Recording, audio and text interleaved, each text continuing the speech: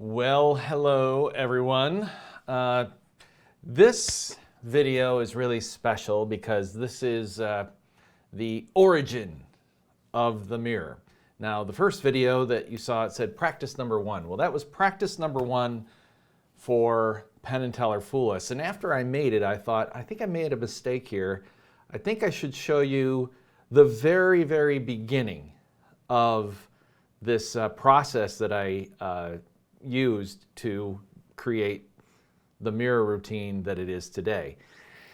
So here I am in an old farmhouse that I rented in 13? I think this is the winter of 2013, and I decided that I wanted to enter the FISM.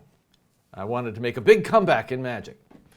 And man, I thought this routine was awesome. And I look back at it now and I'm like, it was not awesome. It was terrible. But you have to start somewhere and you have to believe in yourself.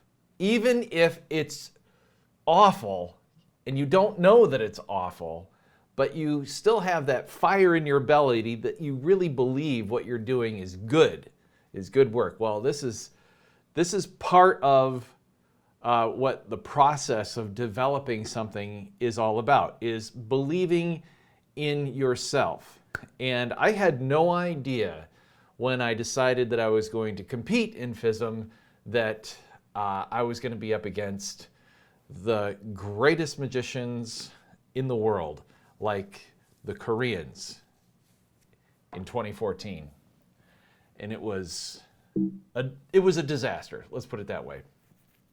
But anyway, let's see what the origin looks like here. Let's take a look here. I've replaced all of the music. You're hearing it very silently in the background here. And I'm checking a price tag because for some reason I feel that price tags are going to let the audience understand that I am possibly testing this stuff to see if it will be bought by me. Now that really wasn't a bad vanish of a handkerchief, but the price tag kind of takes people out of it, and there's a reappearance. Not bad, but who am I looking at there? It's awful. All right, let's take a look. What am I doing?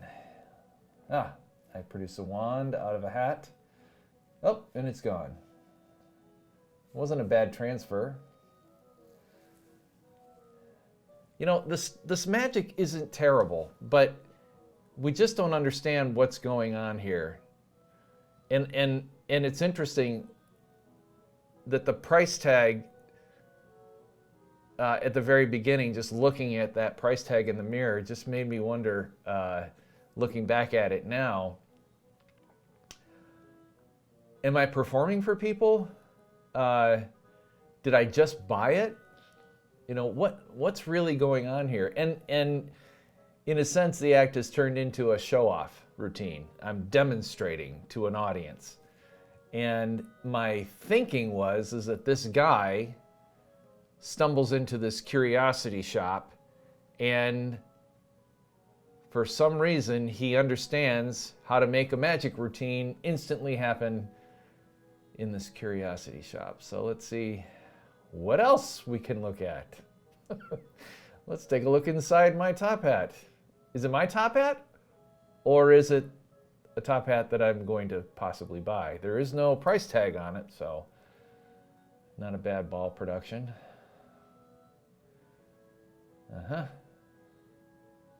Good ball transfer there. Now, years and years and years ago, I did compete in FISM with a ball routine, and it was a very good routine for its time. And here I am doing what I know, and that's stage manipulation. So it's not bad, but the context that it's in is just really wrong and depressing now.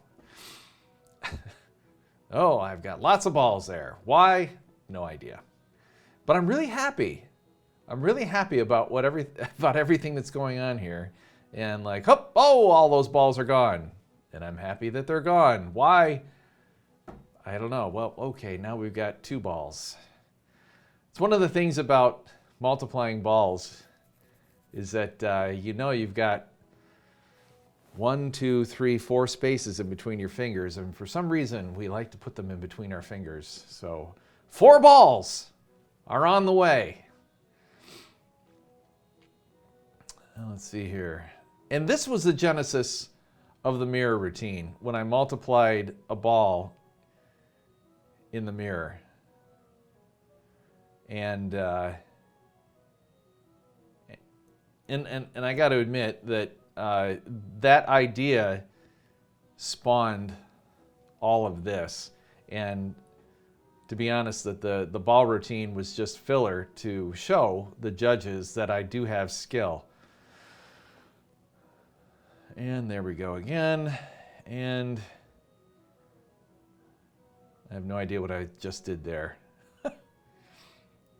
Got to look at myself in the mirror.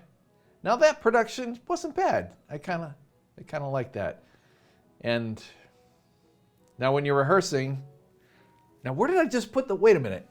Wait a second. Where did I just put the ball back? In the place that I stole it from? What the heck was I thinking? Look at this. Okay, I produced the ball. That looks nice. Okay. What was that? All right, now. I can't believe I'm doing this.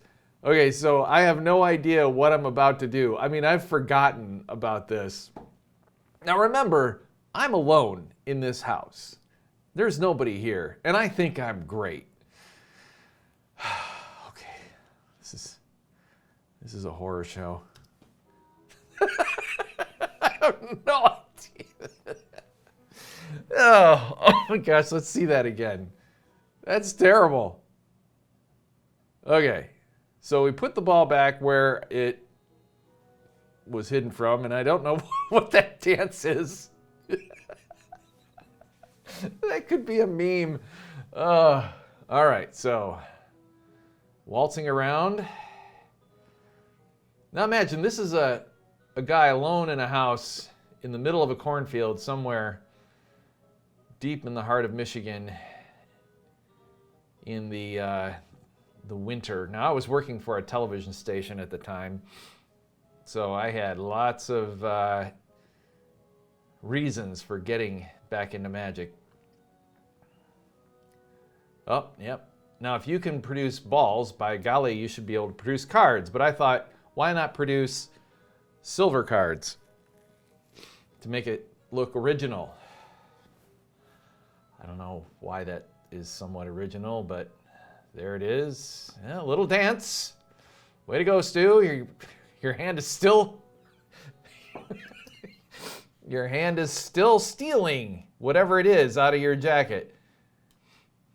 Now this is a typical thing that magicians will do, is that they'll do something fancy and Stu, your hand should be out of the jacket by the time you turn around.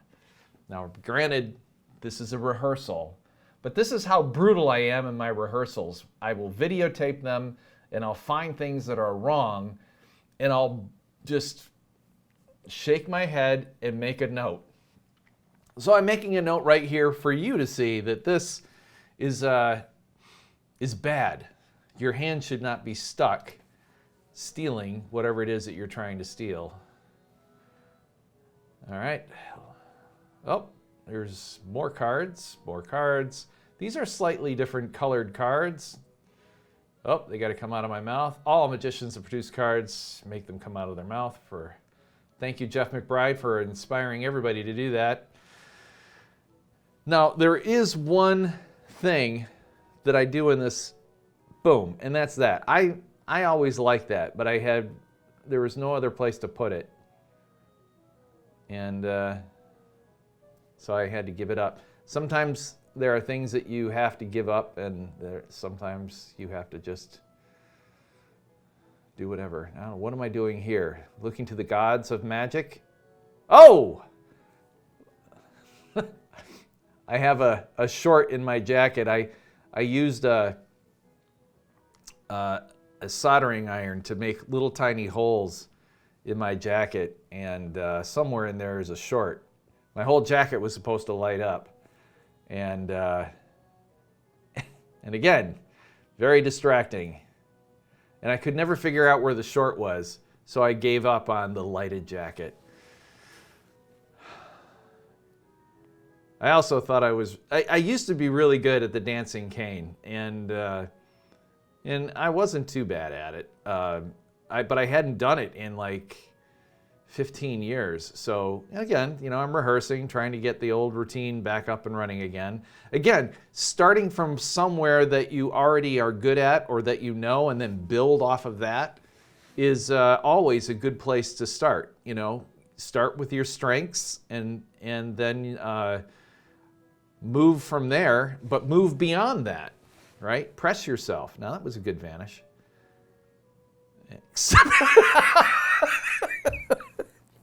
I should have edited that out. Sorry. That was horrible. I'll leave it in. All right, take a bow, Stu. Yep, okay, hop, skip, and a jump, and let's get into the good stuff. There's that price tag again. Is that a callback? No idea. I don't have money there. All black pockets. Stare down. Maybe. Oh. There was money in that hat all along. Oh, and there's the wand, the cane. The cane comes back. What's going on here? What am I doing? So I just produced money, and now I'm getting more money. Okay, we figured that out. We can make money appear. And, whoa, a little late, Stu, on the weight of the bag. Whoa, hey, now it's heavy. And take a bow. And, of course, a nod to the audience. All right, so that was the first stage. And then I had to put together quickly my contest audition. And this was my contest audition. Sorry about the graininess look of it. It's a little old.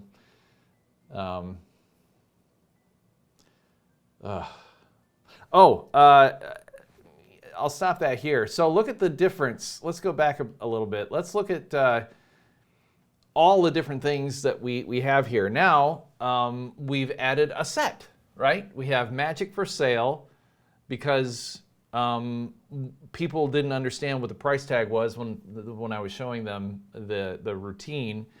And so then I put a price tag on, you'll see one hanging from the drawer. And then you'll see a price tag on the coat rack. For some reason, coat racks are really popular in FISM acts. That's what I was told, so why not put one in there? Because it makes a room a room. But it didn't make any sense here. But at the time it made sense, except you've got this big tripod in the center that's holding up this Magic for Sale sign. So those are the things that are different and added, and I put a little carpet on the floor to catch the cards, and let's move forward. Oh, there is the price tag. Ooh, that's a little pricey. Let's go over to the hat. Now, I've refined the act a little bit more, but I'm still looking at an audience going, ooh. Dust the hat off. Put the hat on. Now look at this. I like this move. I've always liked this move.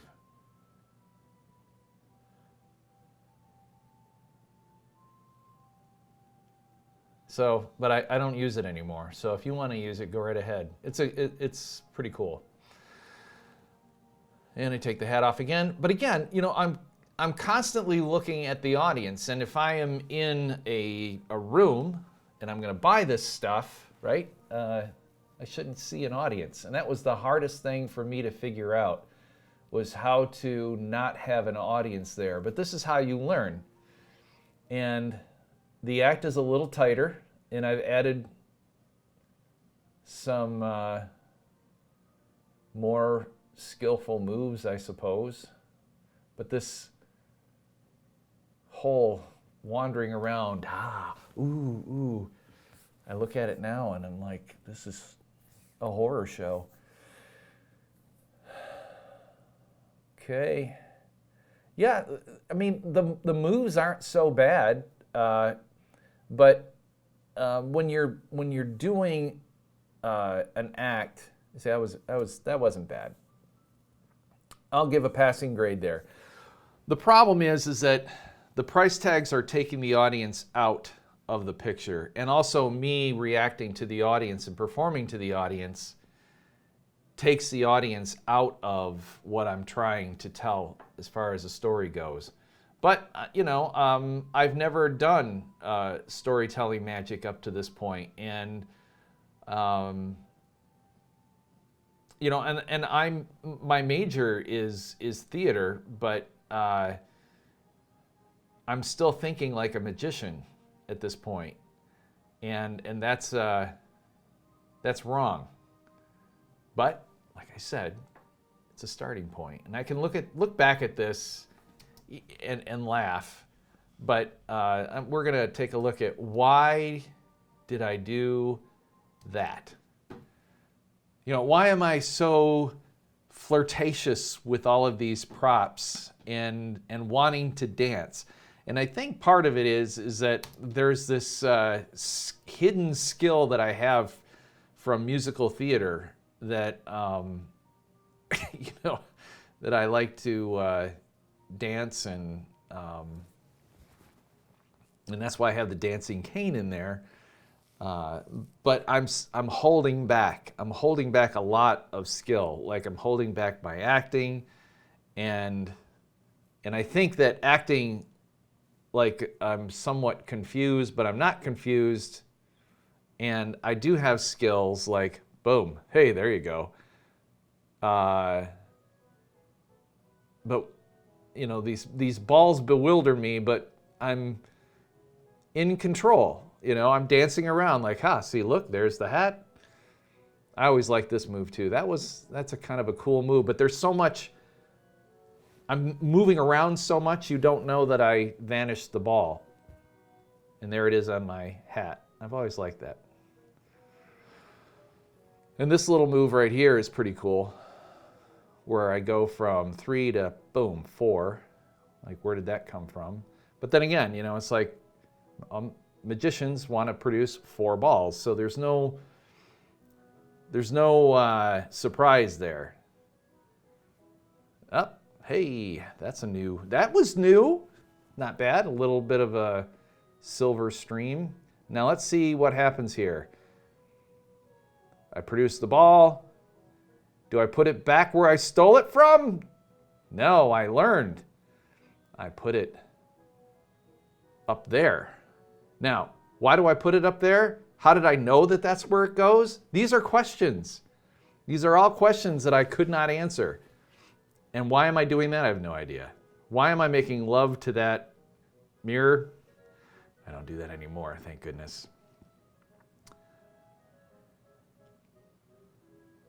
And producing a piece of the mirror, or making a card come off of the mirror. And this is the other thing that I learned about using mirrors, is that depending on the angle, these facial expressions are killing me.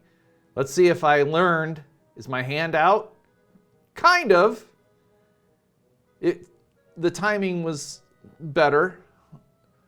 So as you can see, you know, I did learn a little bit more as, got to get the cards out of the mouth. everything's a little tighter. And here's something new. Oh, it's no longer red. It's silver. Boom, that's the one that I like. And then nothing happens. I just put it away. That's it. Ta-da, I'm done. Thank you. I know the audience is there. They shouldn't be there, but yet they're there. Now I've got this ultra confident cockiness because I think I'm really good. Oh, look. Now that was the ball is now turning, reflecting lights all over the place and on me. And a lot of that's where the lighting was supposed to change so that I was lit up. That's why I put the lights on the jacket, so that I would be lit up a little bit more, because you have to have the lights down low to do the dancing cane well. Because I don't think anybody's ever used a light up jacket. And of course, what did I do? I fixed the short circuit. And I kind of like the idea of a disco ball shedding light all over the place. So it could be brighter, and it just makes light go all over the auditorium. And so there we go. Not bad. Everything's going well. Now let's see if we have a better ending than I showed. Now that's not bad. And thank you. Okay. Why am I... Oh, I have to go back to the price tag. Money? Nope, no money. The pockets, interior of the pocket should be white to show that there's nothing there. I've got an idea. Aha, the hat.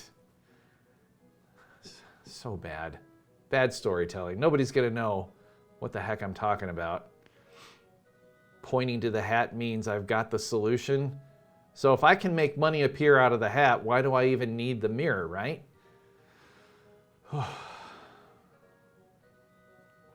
And, oh no! The mirror, that's a new bit. I still have that bit. But the money comes back into the hat, and I don't do that either. I used to. And then, boom, now I get the money back. But see, my confidence level is too high. Oh, see, the weight. I got the weight right this time. And, oh, there it is. So, let me expand this a little bit. So there you go. If you are working on something that's creative, 9 times out of 10, your creative